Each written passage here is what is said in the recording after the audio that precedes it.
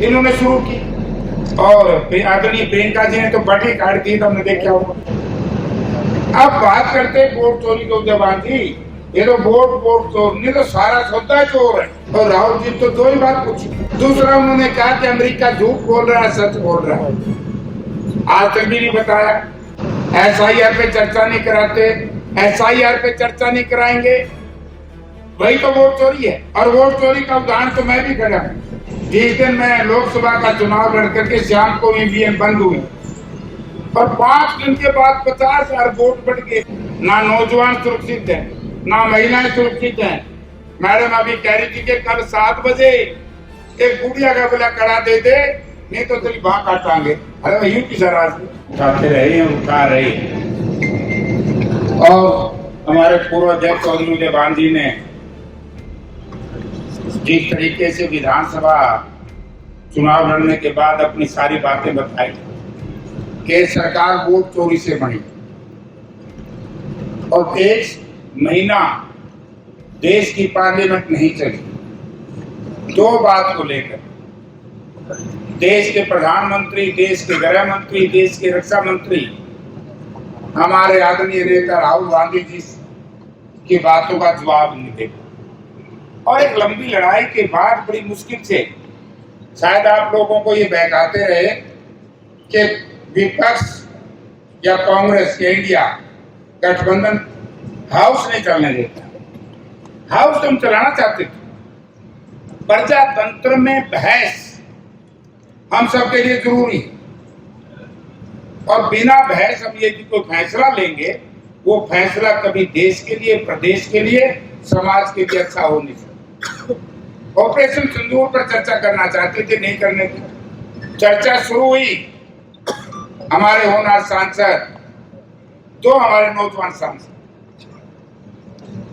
हमारे deputy leader और दीपेंद्र सिंह, इन्होंने शुरू की और आदरणीय प्रियंका जी ने तो बड़ी काट दी, हमने देखा होगा। अब बात करते वोट चोरी को जवान जी, ये तो वोट चोर नहीं तो सारा सौदा चोर है।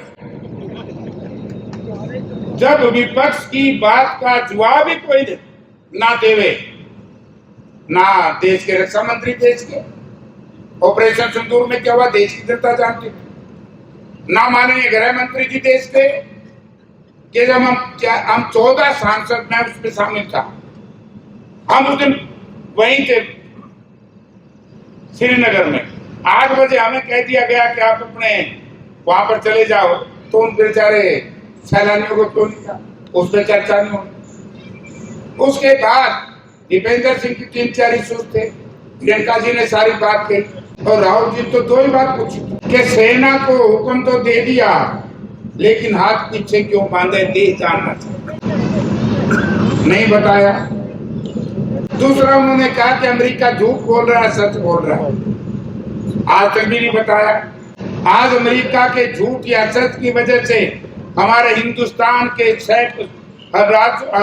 लाखों नौजवान बच्चे बड़े विवश होकर के अमेरिका में अपना जीवन बसर करते हैं और ये इस देश की गूंगी और बहरी सरकार आपके बीच में कहती है कि हमारी विदेश नीति बड़ी सफल है। तो नुकसान बहुत किया। अब आप बात आ जाओ भाई, हम तो आए थे नार भाई चाह पी, एसआईआर पे चर्चा नहीं कराते, एसआईआर पे चर्चा नहीं कराएंगे, वही तो वोट चोरी है। और वोट चोरी का उदाहरण तो मैं भी खड़ा हूँ। जिस दिन मैं लोकसभा का चुनाव लड़ करके शाम को ईवीएम बंद हुई और 5 दिन के बाद 50,000 वोट बढ़ गए। हमने कहा डिप्टी कमिश्नर से, जो हमारे रिटर्निंग अफसर थे, भैया वोट तो पहला पड़ गई भी कैसे बढ़े? बोला जी ठीक से गिनती नहीं हुई, जब ये गिनती करने जाते तो अगले से आप ठीक करेंगे भाई। तो बेईमानों के हाथ में इस देश की जनता ने और विशेष तौर से हरियाणा प्रदेश की जनता ने ऐसे लोगों के हाथ में सत्ता दे दी मित्रों, जिनके हाथों में आज ना किसान का अधिकार सुरक्षित, ना नौजवान सुरक्षित है, ना महिलाएं सुरक्षित हैं।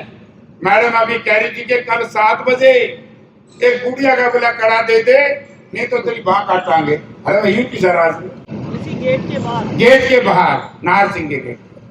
तो इस तरह की हालत है।